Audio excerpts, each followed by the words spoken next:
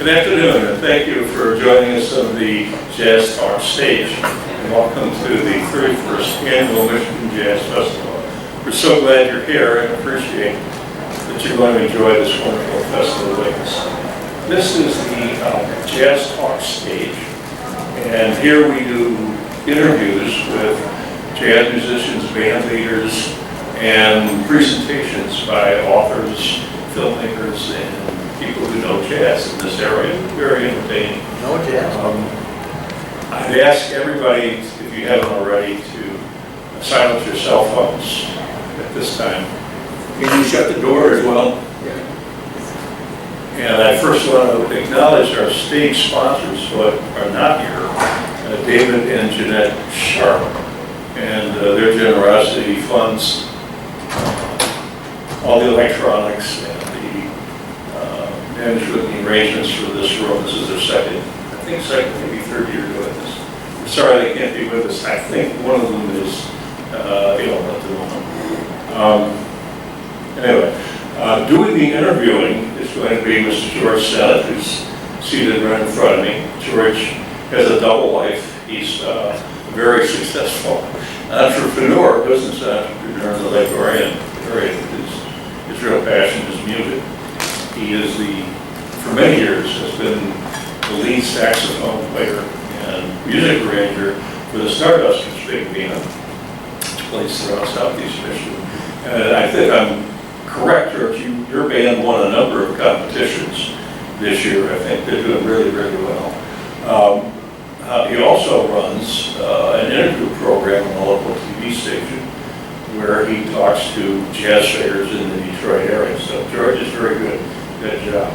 And our first guest today is Mr. Lanny Austin, founder, co-leader of the famous Austin Moro Band, one of Detroit's absolute premier big bands during the late 60s, 70s, and 80s.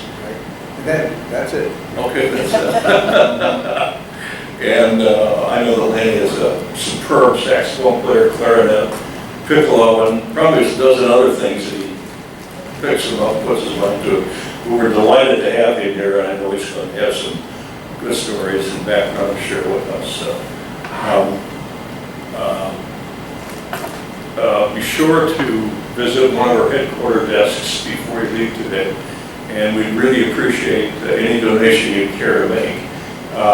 The festival is free, but it's not cheap. And we fund it through grants, but mainly through donations from folks like you who come to listen to it. So I think the theme this year is give a Hamilton to keep it happening or something like that. And your generosity, we appreciate it. We also have a merchandise table with some terrific swag. And there's an exit interview form on your program, that little QR code. Don't ask me how it works. I'm sure you're better at it than I am. Somehow you can fill out a survey and tell us what we did right and what we did wrong. We'd like to improve it every year. So without any further yet from me, won't you please welcome Mr. Lanny Austin. Hey, Lanny. Sit down, please. We have a tremendous audience here today. Thank you very much for coming. And Lanny, thank you for coming and sharing your experiences with us today. My pleasure. Tell us a little bit about your younger life in music. Where did you get started, and where did you get this fabulous interest in this thing called music? Yeah, well, first of all, I was born in Albion, Michigan, and neither of my parents were musicians, but they both supported and loved music.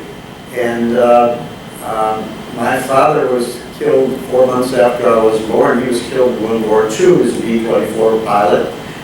He was shot down over Munich, Germany. And my mother and I spent the next 6 years together. She is a single parent, obviously, but the first thing she did when she could was buy a used piano so she could at least move around, and I think that must have had some influence. I knew she was trying to play Claire Bloom, and she never quite succeeded, but luckily she remarried to my stepfather, who was very influential He could noodle on the boogie woogie, which had All right. great influence, okay.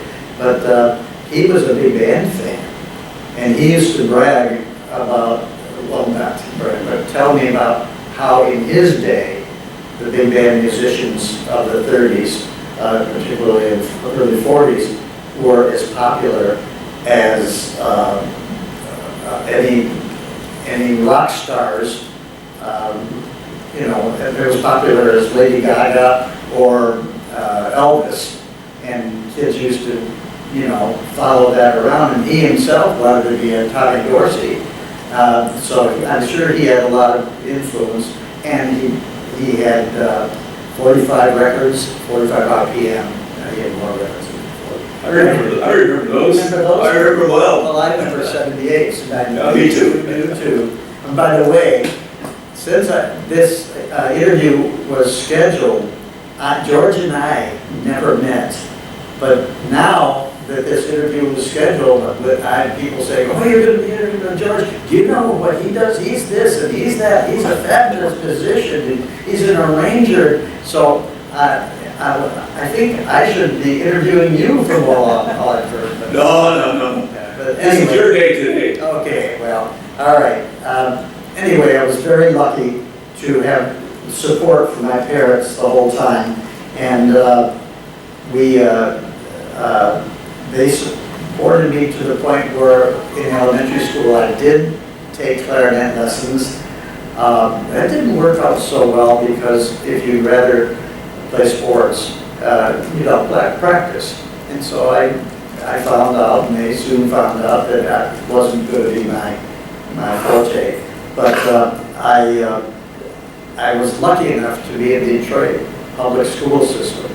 And the Detroit public school system back in the 50s was fabulous. And they apparently found money to have the arts be quite a feature. If you went to elementary school back in the 50s, you had, as part of your week, you had vocal music, you had a chance for instrumental music once you were in the 4th or 5th grade. You had auditorium for theater arts and acting and things like that. And we got taken on field trips. We got to ride, we had bus rides to the museums, we had bus rides to Ford Auditorium to see Leonard Bernstein's children's concerts and things like that. So, What year was this? Was this in the 50s? This would have been in the 50s. Which is Detroit's heyday. Detroit's heyday, you're right. Yeah. But they were smart enough to support all the arts at a very early age, and I was lucky to benefit from that. My neighborhood high school was Denby. However, luckily my wife-to-be, who was in my 8th grade, at that time, 8th grade, you graduated into high school, 9th through 12 in those days.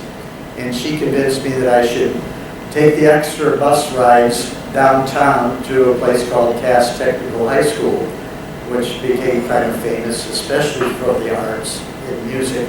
But I wasn't smart enough to start in music. I started in the engineering school, and I certainly learned that math and I didn't agree. You and calculus were not compatible.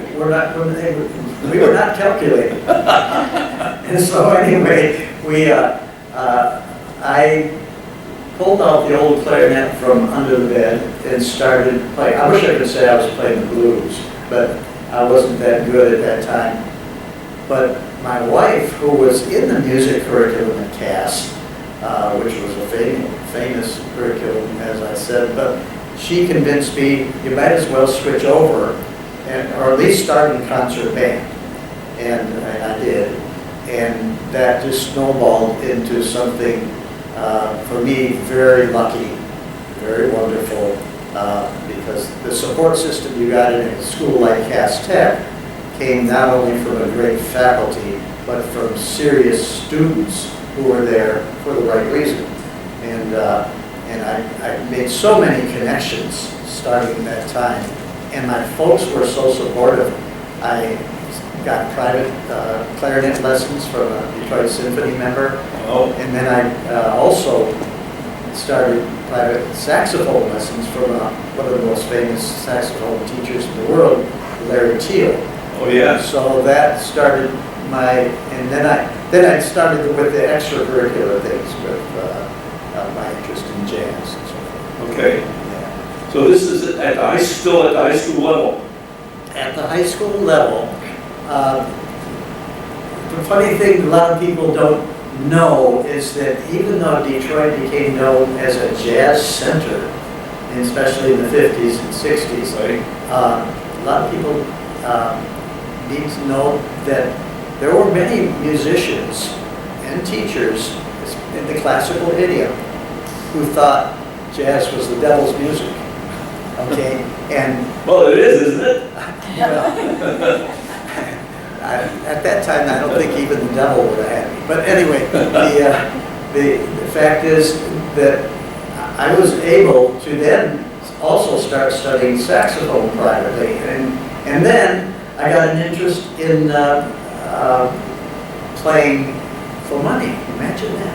Yeah. And I gotta tell you, I gotta interrupt you for just a second. please do. You Because have more stories. There is a book called The Devil's Horn.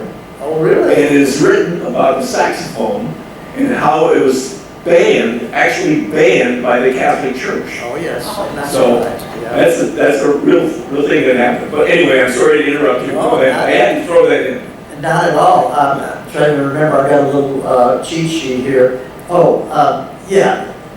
I was able to advance far enough, especially playing clarinet, that I saw that you could make more than a paper route would get you if you could play a polka band. Now, you remember those days. Oh, yeah. Nobody else here does. When you would have a polka band with a box band. Box band meant accordion, piano accordion. And the cool thing about that was that guy could play bass in his left hand. Yeah. And you could amplify. That was one of the first instruments that we used in these small groups. And it was amplified accordion, so they could be heard.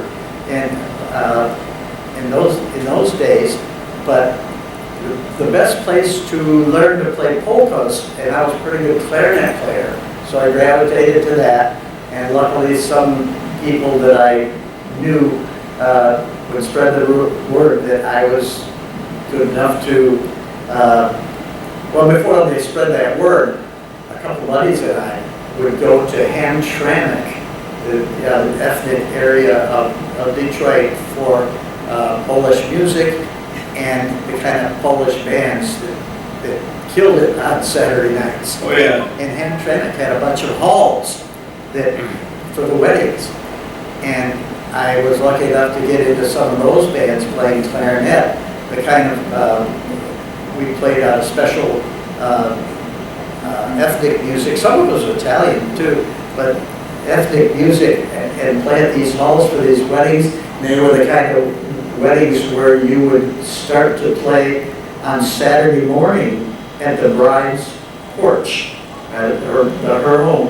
And you'd start playing there, and then you'd move over to lunch at the halls, and then go home for a nap, and then you'd come back to the hall for evening for like 8 to 1.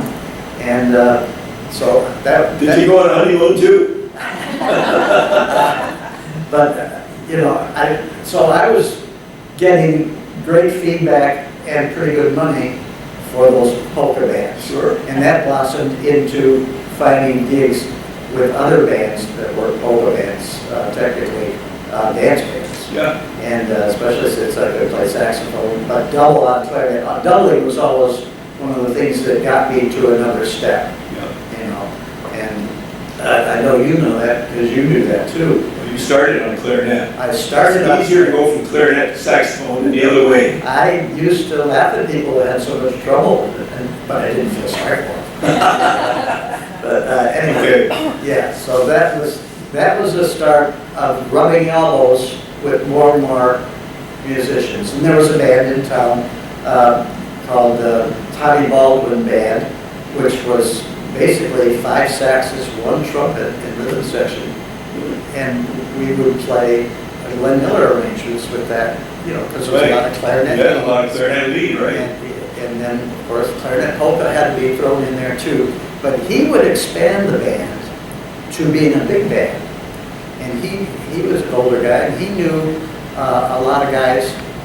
When he expanded into the big band, 4 trumpets, 4 trombones, then I got to rub elbows with some musicians, you know, starting with Johnny Trudell and Ted Gordon and Earl Scott and a bunch of people whose names I've forgotten.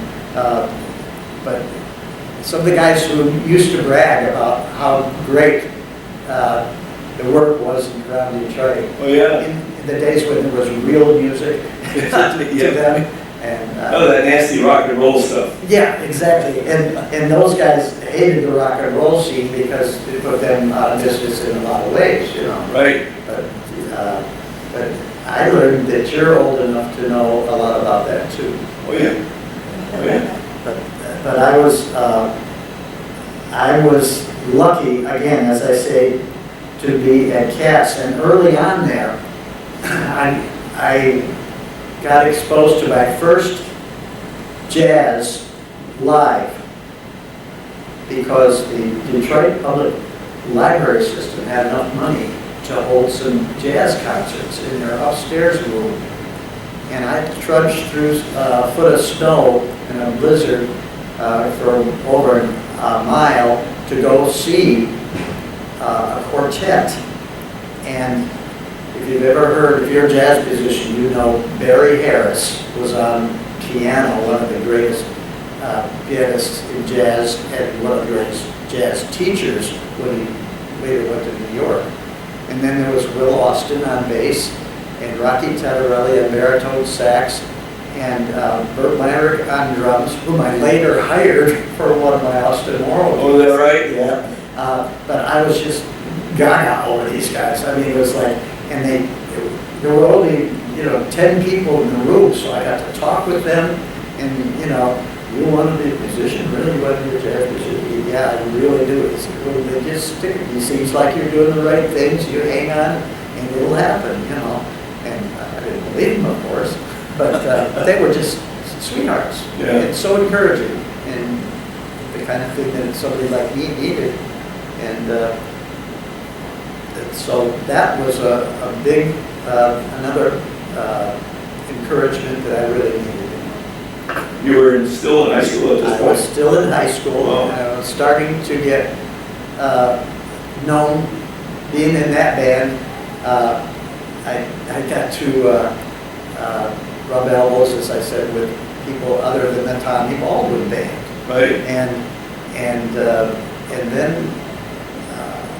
while still in high school, there was a guy named Johnny Trudell, who was a stalwart name in the Detroit scene, great trumpet player, and he had a band with Johnny Wallace, a drummer. And we used to rehearse on Sunday mornings in a bar, and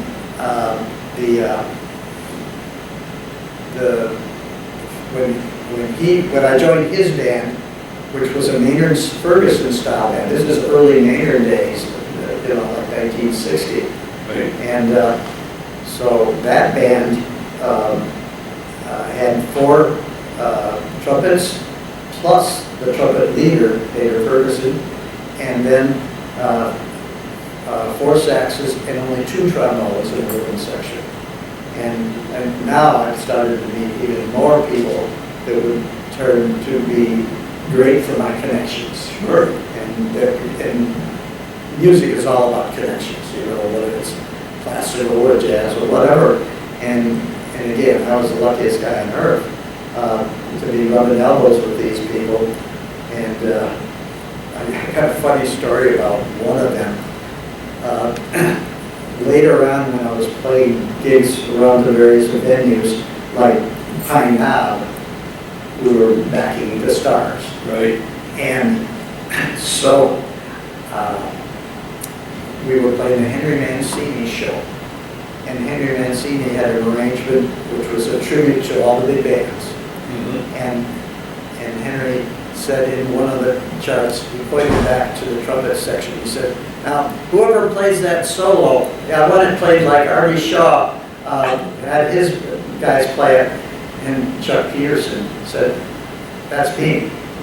I played that at the record. And Chuck Peterson was a great old big band guy. But those are the kind of musicians I was lucky enough to be around.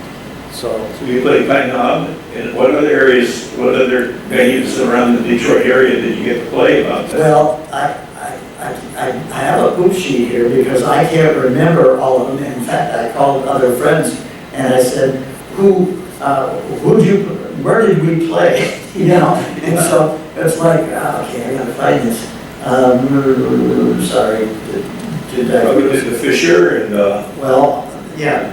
the Fox and some. Well, the Fox wasn't renovated then. Okay. An old Paradise Theater and stuff like that. They were happening in this 60s and 70s, but this is I'm sorry. Go ahead.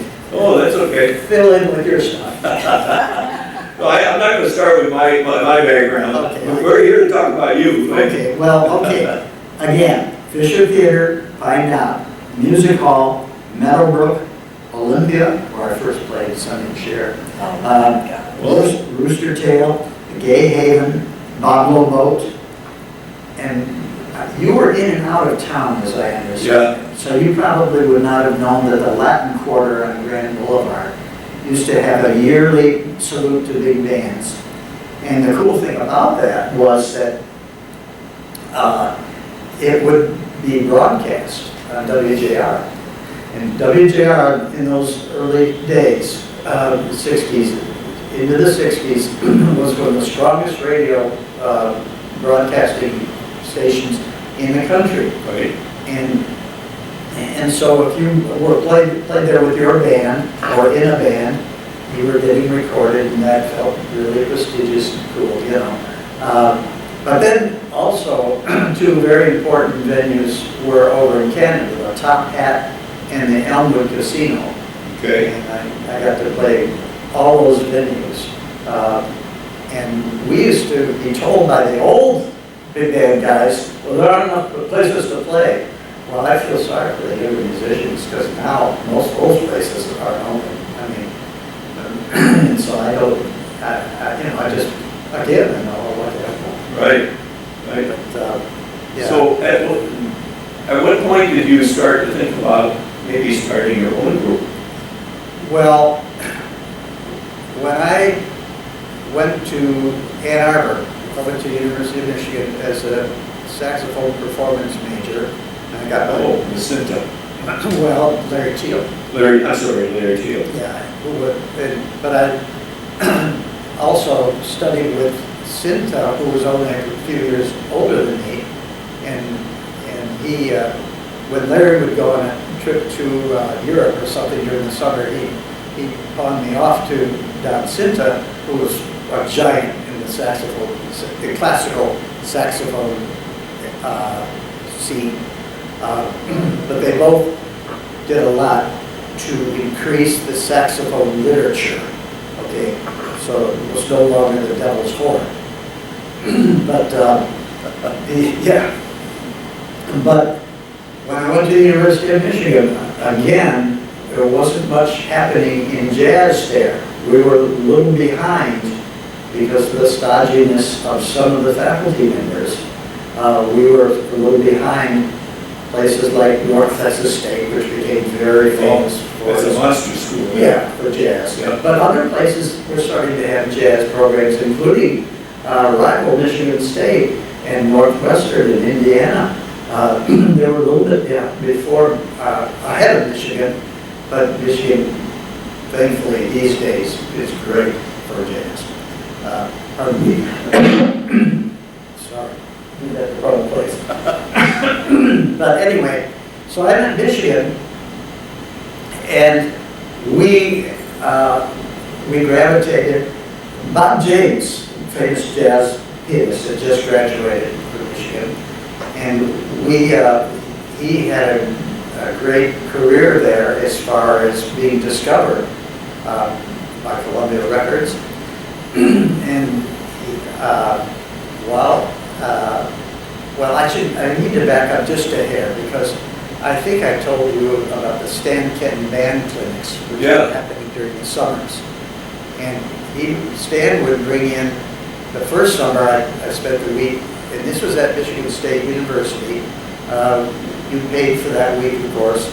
And the home band was the North Texas State Band.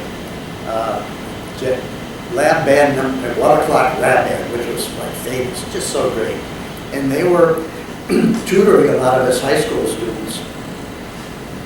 Side story is that one of my first classmates, a high school student, was a kid named Keith Jarrett. Wow. Who was a world famous classical and jazz pianist. And the faculty would have jam sessions every night for us to oodle, and our jaws would drop on all the skill of these guys. But Keith, of course, ended up after the first night playing with the faculty every night. But anyway, so the Stan Kenton Jazz Clinics were another big influence. Then I'm at Michigan, and we students pooled our money to take a bus to the Notre Dame Jazz Festival. Really? Which Michigan honchos, the administration, and so we got to play at the Notre Dame Jazz Festival. Apparently there were some State Department people there who wanted us and invited us some months later to go on a 3.5-month trip, a goodwill trip to South America and Central America and then the Caribbean. And so I spent those 3.5 months as our big band, Michigan Big Band. We had an 18-piece band. We went all over Central America, South America, and Caribbean, and played concerts, mostly in the boondocks and wherever, because they wanted to impress people with the fact that we college kids were, we college kids were worthy of listening to and not, well, that was Cold War times. So, and so we were playing concerts literally where people were yelling, Cuba, see, Yankees, no, and paper airplanes being shot at us from the audience with the same thing, and occasional boos. But anyway, it was a wonderful experience until we, one of the last stops after being on the road for 3 months, one of our last stops was the Dominican Republic. And we were not supposed to go there. We were supposed to go to Haiti. But there was a guy named Papa Doc who was a political enemy of the United States at that time. And not that there were a lot of political enemies of the United States throughout South America and Central America. But he was particularly dangerous. They decided, the cool thing was, they assured our parents before we left that don't worry. Uncle Sam has his finger on the pulse of Latin American politics. Okay? Sure. So, instead of going to Haiti, they sent us to the other end of the island, which is the Dominican Republic. Okay, great, okay, fine. We're there 3 days and the revolution broke out. This is 1965, you can check your history books. There was a big revolution in the Dominican Republic. We spent 3 days in that revolution, had to move from one hotel, which was being bombed, to another hotel. And that night at the new hotel, all the staff left, and we were left with our meals being whatever you could find in the leftover candy machines. Is that right? Yeah. So our families at home were put in the dark. At this time, there was no connectivity phone-wise, and this is way before cell phones, folks. Oh yeah. Anyway, so we stood on that roof of our new hotel, watching them bomb and strafe our old hotel, and wondering what the heck we were going to do. And finally, in the third day, the Marines came and rescued us, and took us to Puerto Rico overnight, and then finally to our last stop, which was Jamaica, which was anticlimactic because of what we'd just been through. But we sure were glad to be home. But Boy, I can't, I can't imagine being there. But on a personal note, I learned I didn't want to live out of a suitcase. Okay, Right. and later that played really large when I thought about going on the road with a big band, and that was a no-no. I decided no, I didn't want to. In the meantime, I was married. Okay, Yeah. and that was a very lucky thing for me. Your eighth grade girlfriend? Yes, and she was very influential in a lot of my stuff. Not any success I had, of course, but that was a time when I said no. I'm not going to play in any big band. And so when I graduated from Michigan, I was still playing gigs. I had been since high school playing gigs around the Detroit area, and including theater work and everything. And I was pretty good at doubling flute, piccolo flute, alto flute, clarinet, bass clarinet, soprano, alto, tenor, saxophones, and basically I was a very good reader. My weakness, even in my own band, was that I wasn't a great soloist. But I was smart enough to hire an improvising jazz. Yeah. I could do it. I did it. I had great musicians like Bill Byer on piano, and but I featured them.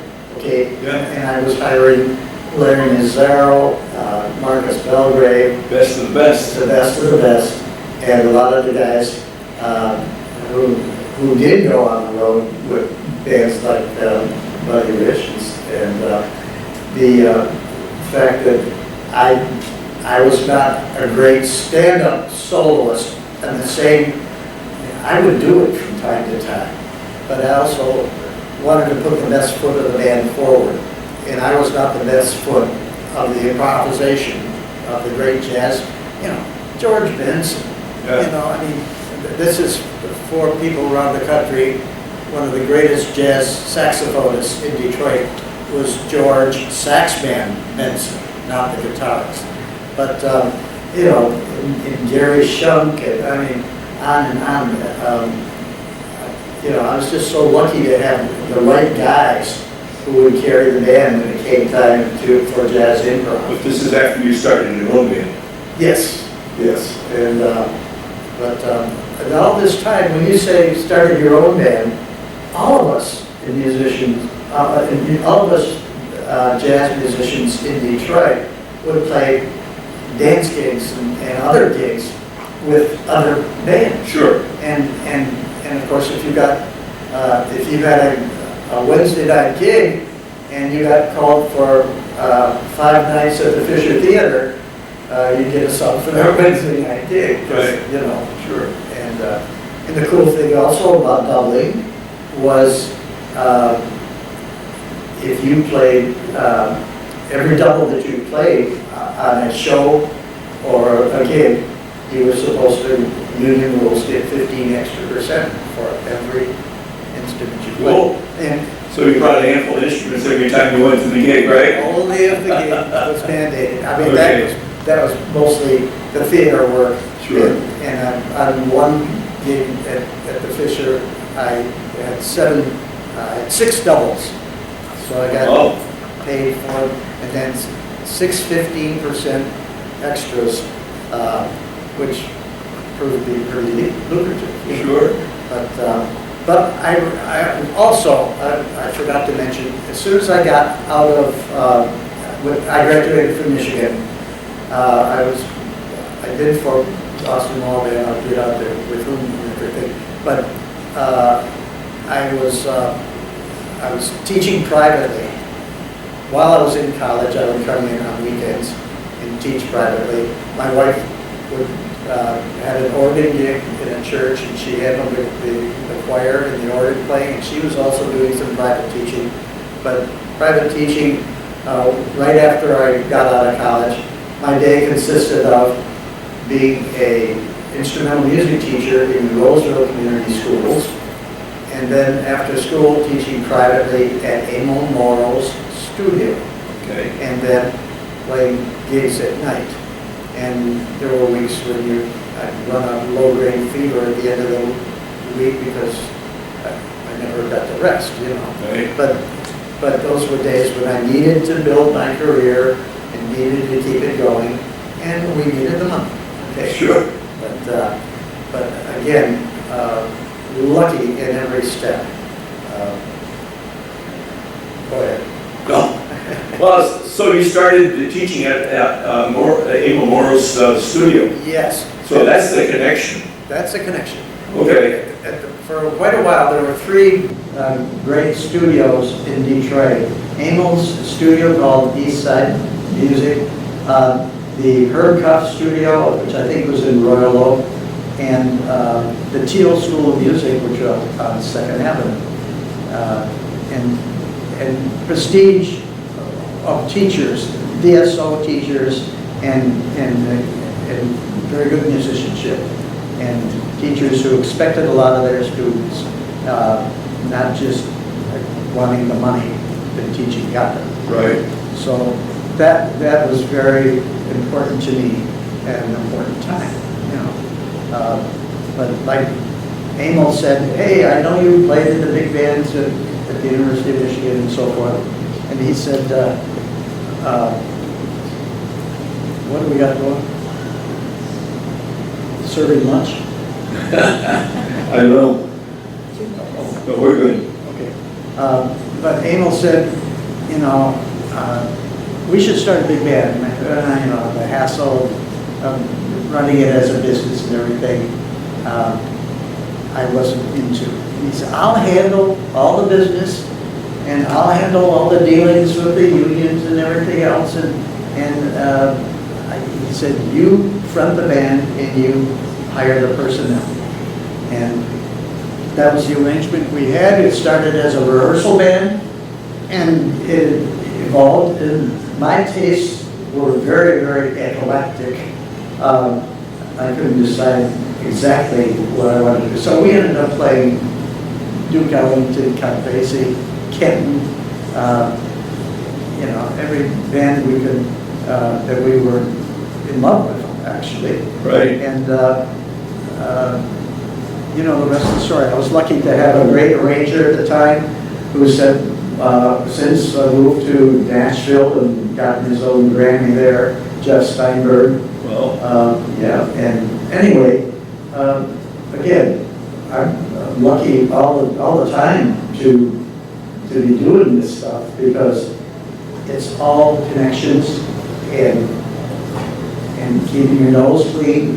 Yeah. And the cool thing was the guys in my band were pretty good at all of that. And of course we had many iterations of the Austin Moro Band, but proud to say we can be proud of most of those iterations, you know. Well, I remember the band. I saw the band at the Top of the Punch, which was a lot of fun back in the day. I used to work at Burroughs Corporation down between 2nd and 3rd, and you guys would play Top of the Punch, and you'd also play a little concert venue here at the General Motors building occasionally at noontime, where I got the Austin Moro Band. That was a terrific band. Well, thank you. Like I said, I had a lot of good players, and but early on it was harder, I should say, to find players who could read and play the jazz idiom. The bad reputation in the early 60s, the bad reputation of jazz by some of the musicians, including some Detroit Symphony musicians, a lot of them couldn't play jazz. They couldn't interpret pop music and jazz. And when I first started playing recording sessions at Motown and some of those places, sometimes a DSO guy was hired and couldn't follow the click track. Couldn't swing. Had to see the conductor, and then he couldn't swing. Yeah. You know? But, so there was a certain skill, and the guys in my band were just so diverse. And most of them were classically trained at the beginning, so they could do whatever the chart demanded. And that was a big plus for us. That's when some of the great big stars came into town, our band was one of the bands that got called. I mean, we would play for Tony Bennett and stars like that. And you know, where they put the music in front of you, you might have one rehearsal if you were going to play a night club. I mean, I remember playing Sammy Davis for 2 weeks at the Elmwood, and they brought in a book of over 100 tunes, and you rehearsed 7 of them because that was going to be the show. Right. Okay, but Detroit also had their reputation, and this happened there and numerous other places, where Sammy would turn to his leader piano player, who looked just like Sonny Liston, by the way, George Rhodes. He said, "George, this band, we could do number 430. 430, we never saw it before. 1, 2, 1, 2, 3, 4. Oops, okay, that fast, okay, bang." And you guys have nailed it. The guys have nailed it because Detroit got known for that kind of musicianship. Yeah. You know. That's a real skill. It is a real skill. Another funny, interesting thing you may, my listeners might be interested in is that back in the days, right after the big band era, there were many, many people in the 60s and 70s who craved that big band sound. And we would become that big band. What do I mean? Tex Beneke was fronting the Glenn Miller Band. Right.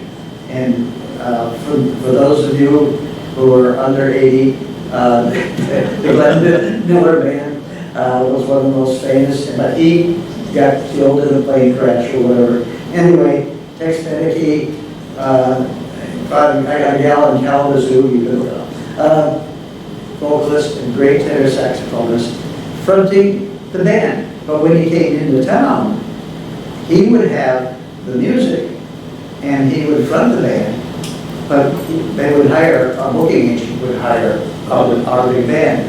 And all of us that, one thing would be that, Bill Meyer and I might be on the same gig, but he was, but I hadn't seen Bill for 2 weeks or something. So, you go over and, "Hey, Bill, what's up?" Don't shake hands on stage. the big warning from one of these guys. We used to do that for Warren Covington, who did the Tommy Dorsey Band, and Les and Larry Elgar, and one humorous thing that happened when we played Les Elgar one night. We got a panic call from him the night of the gig, but these were just dance gigs, okay, and these were concerts, and we got a panic call. I need a tux and a book. And you guys have the charts, right? Yeah, we got charts. Okay, bring that, and I'm a 39 regular. And so we would be that band that night. Sure. And the people, because the great sight reading would be able to do it. Yeah. But those things. And we were also the Detroit Lions house band for 4 years. The last 4 years they were at Tiger Stadium. We would play, well, this was interesting because we were down on the field, and we got to start playing a half an hour before the marching band started the regular football game. Right. And so we're down on the field playing, and we're playing out of the Austin Moro Jazz Book. Yeah. And we developed a crowd who would come into Tiger Stadium behind us, behind the chain link fence there, and by about the third year, there would be like 3,000 people lined up while we were playing the jazz book. Oh, that's great. But because it was bleeding into WJR, we had to get clearance every time, ask Captain BMI for all the clearances so that we could play that music. You remember that, Bill? Sure do. Yeah. Blows my head though. Yeah. But anyway, Bill had to schlep an electric piano to all our gigs, most of them anyway. Yeah. But we gave him $200 extra, I think, for Oh, where are you going, Bill? Where are you going? But anyway, but yeah, those were the fun kind of things that we were able to do. Well, how about recordings? Do you do a lot of recording with backing up various Yeah, groups? I did a lot of recording. I did my first recording. I don't know how much time you have here. We're good. Okay. We're good. My first recording session 5 minutes. was when I was at Cass, and I was friends with a classmate, Paul Reiser, one of the greatest arrangers and producers at Motown ever. And he was a trombonist in the Cass band. Right after school each day, he'd go down to Motown, and he was good at writing music and everything. And he got us, he got me and a couple of friends on a recording session there. And this was before we started doing layering, which is the rhythm section would record, and the strings would record, and the horns and so on. So we had, and the drummer didn't show up, so a guy named Mark Brigade had to play drums on the session. And but after the gig, after our recording, one of the Funk Brothers gave us a tour of the studio and took us upstairs into the third floor where they'd gotten a spinning piano up into this crevice, and he was getting a music lesson from an old guy, not as old as me, of course, but they introduced him to us as, this is our next star, little Stevie Wonder. We sort of snickered. Really? Yeah. Oh. And then the other cool thing about the recording sessions was, since we were at Cass Tech, we graduated with a lady named Diana Ross. You may Wow. remember. Yeah. I remember. Yeah. Well, and then while in high school, a friend of mine and I started a rehearsal band at Northeastern YMCA on Sunday mornings, and he said, man, there's this fine chick in my music class. She should sing with us. We got to ask her. She sings over the projects, and they say she's great. And I said, that's cool. I said, we've got a 17-piece big band. Does she have arrangements, or are we just going to clap behind her? And he said, yeah, no. Well, a couple of years later, he shoved a Time magazine in my face with her. She's on the cover. Really? But later on, I played on some of her albums without knowing it. When you played at Motown Records, you didn't know, in the early days especially, you didn't know who you were recording. You were just glad to go in there for a 3-hour session. You had 4 tunes to play, and let's get it done with, and give me my $100 and I'm out. Yeah.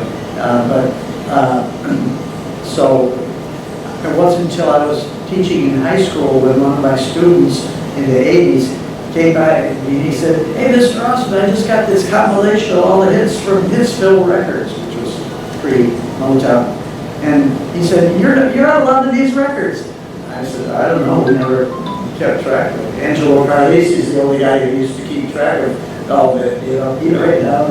But most of us didn't keep track of it, we just send a check, you know. Yeah, right. But anyway, I was playing Diana Ross's show at Pine Top, and we had a rehearsal for some of her new music over at the Union the day before.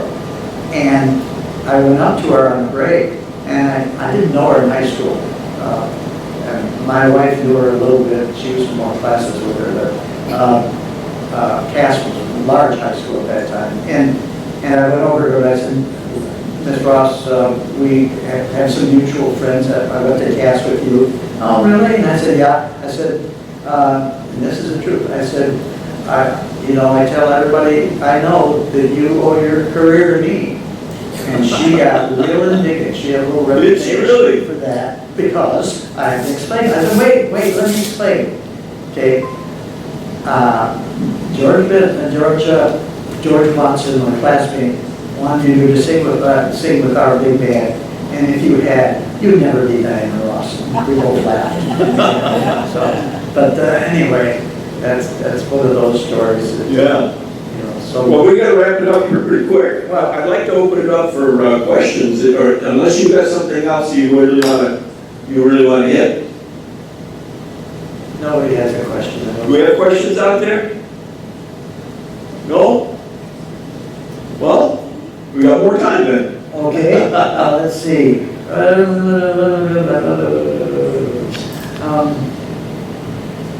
Well, I make sure that I say this before I leave. I'm so lucky to have had supportive parents, the world's greatest wife and kids, and to be able to hire the greatest musicians in Detroit. Pay attention to them. And the fact that rubbing elbows with the guys. I mean, and this jazz festival, I mean, we played the Montreux Jazz Festival in Switzerland. We were the first professional band to do that. And the Austin Moro Band played a lot of Stroh's beer sponsored jazz festivals down at Hart Plaza and everything. And of course that has blossomed and blossomed. Right. And then my partner, Emil Morrow, was instrumental in working with some of the honchos here, including John Trudell and Sally Moley and all these people that I owe a bit of gratitude for keeping jazz alive in Detroit.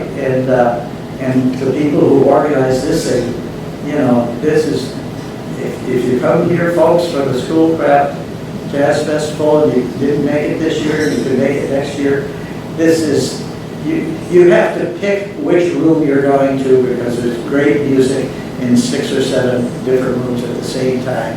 That's the only disadvantage. Yeah, it's too much. But, you know, but I want to thank you, George, for your help and your dedication. Well, thank you for joining us today. It's been great. And again, you're a hero. I know you've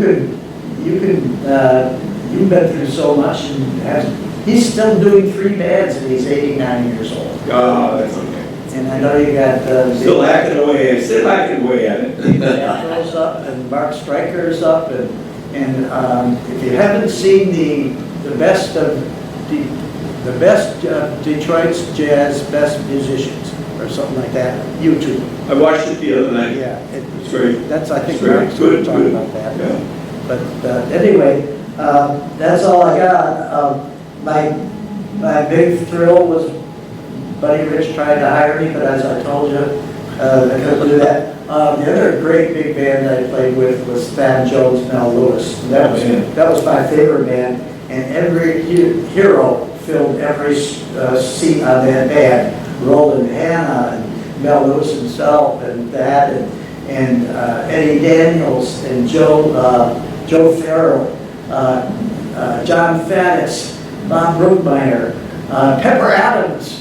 I mean, every seat there was just something overwhelming. Those are awesome charts to play too. I played 2 concerts. You're reading charts that got to really be good on that one. I put my fingernails just to hang on. Yeah. And because those charts, and every time he would come down the line, and he used the whole band like an improvisation. The band had a lot of parts. He would tell you how to back up the soloist. You know, do that, do that, do that. And then the whole section would start doing that for chorus after chorus after chorus. And then he'd come around and everybody in the band could solo except one on my night. I wouldn't dare solo. He put the mic in front of me one time. Yeah, because I told you my strengths, but it wasn't being in that caliber of jazz improviser. Richard Davis on bass. You were playing the best. Oh, God, the best of the best. But again, growing up lucky is what it's all about. Thank you so much for joining us. Thank you.